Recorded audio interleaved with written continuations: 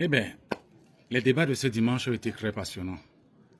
Intellectuellement, émotivement et même pédagogiquement. Donc, si on peut utiliser ça comme ça, c'est très intéressant. Pourquoi?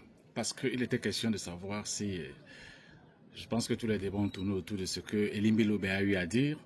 Ernest Ouandjé, héros national ou alors un bandit. Et je crois que ceux qui ont eu à accumuler les plateaux de ce dimanche, chacun a eu à répondre selon soit sa position politique, soit sa position de professeur intellectuel, on savait dire que de manière pédagogique, et d'autres selon qu'ils soient citoyens en train de défendre une certaine émotion. Je pense qu'on a tous eu à situer chacun selon voilà, ce qu'il a voulu montrer. Parce que c'est ça. Et en conclusion, je pense que personne ne démentirait que la conclusion faite en gros est que Ernest Ouandjé c'est mi-ange, mi-démon. Mais si on le dit ainsi, beaucoup s'y perdraient et peut-être retourneraient encore dans une lutte, comme on a vu la semaine passée ou depuis que Elimbi Lobe a eu à tenir ses propos.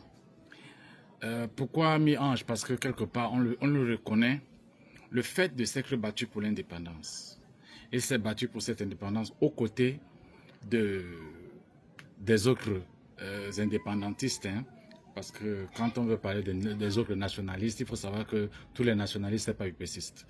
Donc, des autres indépendantistes, chacun selon sa méthode. Mais certains ont pensé qu'à partir de 1960, la lutte armée n'avait plus lieu d'être.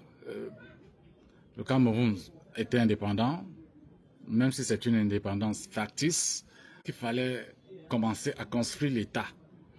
Et je pense que Félix Moumié, après l'indépendance, peut-être en 1960, avait dit c'est maintenant que commence le vrai combat. Le combat contre le néocolonialisme. Je ne crois pas aussi qu'il faille donner raison à 100% à ceux qui ont pris les armes après 1960. Contre, je dis, leur donner raison et donner à ceux qui ont continué à former l'État, à leur donner tort. Parce que ceux qui ont pris les armes, c'est vrai, étaient des idéalistes. Ils avaient une vision du Cameroun qui était là, imprégnée. Ils luttaient pour ça, ils donnaient de leur sang, ils donnaient de leur vie. Mais de l'autre côté, en face, il y avait ceux peut-être qui avaient compris le rapport de force avec le colon et se sont dit, cela viendra avec le temps, mais vaudrait mieux déjà pacifier, vaudrait mieux aller à une certaine indépendance, vaudrait mieux avoir des activités économiques normales, que chacun puisse dormir, manger tranquillement, essayer de construire un État au lieu d'avoir toute une république sous maquis et où tout le monde a peur à tout moment. La preuve, c'est qu'une fois que le président Ahidjo est arrivé au pouvoir, il a eu à faire les capitaines d'industrie pour lutter contre la prédation occidentale. Il a eu à faire certaines choses. Et je pense que c'est aussi pour ça qu'à un certain moment, quand on regarde, il avait droit à cette réhabilitation. Parce qu'à un certain moment, on se rend compte qu'il a compris qu'il fallait faire quelque chose. Si on ne peut pas faire en lutte armée, on peut le faire techniquement, on peut le faire avec la ruse pour pouvoir arracher sa liberté. Donc, je crois que c'est très important de le marquer.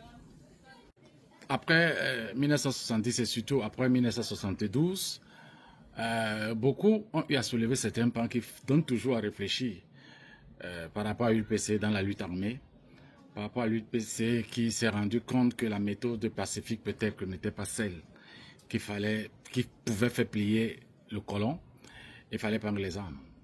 Et nous savons le côté mi-démon qui nous fait comprendre que quelque part, il n'y a pas de lutte armée ou de lutte pour l'indépendance sans des crimes.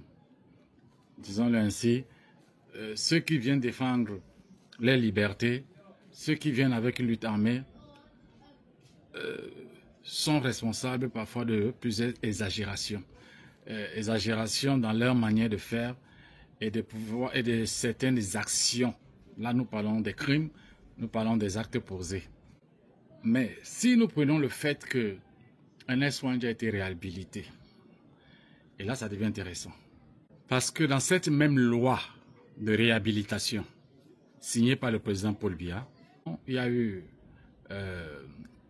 ceux que les opposants à son régime ont appelé les bourreaux, donc les UPCistes ont appelé le bourreau, l'ancien président du Cameroun, Amadou Ahidjo. Il y a eu également Oumniobé, Ernest Ouandja et Félix Moumié.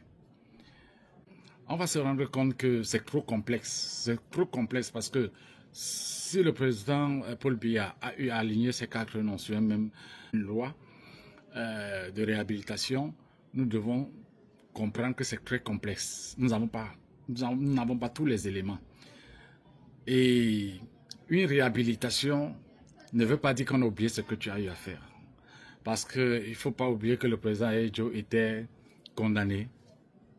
Il était condamné à mort et par fusillade à la place publique, sur la place publique. Mais s'il a été réhabilité, cela ne veut pas dire que le président Paul Biya qui a pris cette loi, ou alors qui est passé par l'Assemblée nationale, je veux dire le Cameroun qui a pris cette loi, a oublié qu'il y a eu le 6 avril.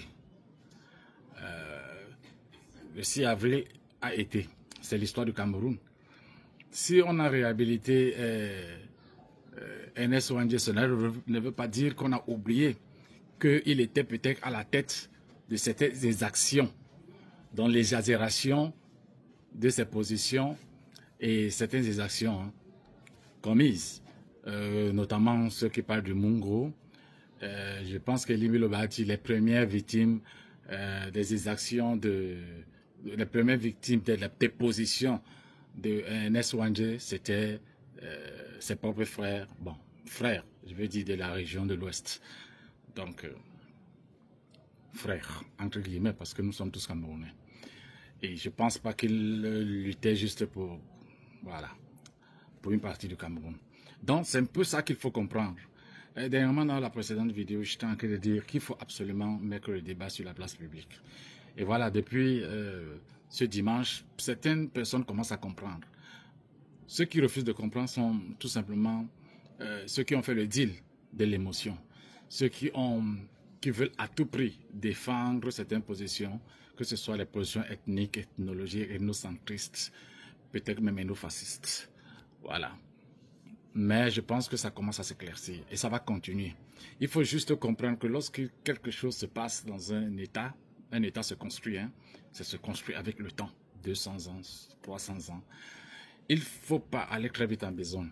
Et les plateaux de télé, je peux leur dire merci parce qu'ils ont commencé, ils ont vite compris comment il faut amener la chose à être comprise, c'est-à-dire en amenant les uns et les autres à expliquer, à pouvoir leur position, de pouvoir étayer, leur dire et de pouvoir avoir des arguments par rapport à leur position. Même Limbi Lobé était réinvité à Info TV aujourd'hui où il a eu à réaffirmer que c'était un bandit, mais en essayant de donner des arguments qui font comprendre qu'en fait, il est en train d'expliquer quelque chose de bien précis.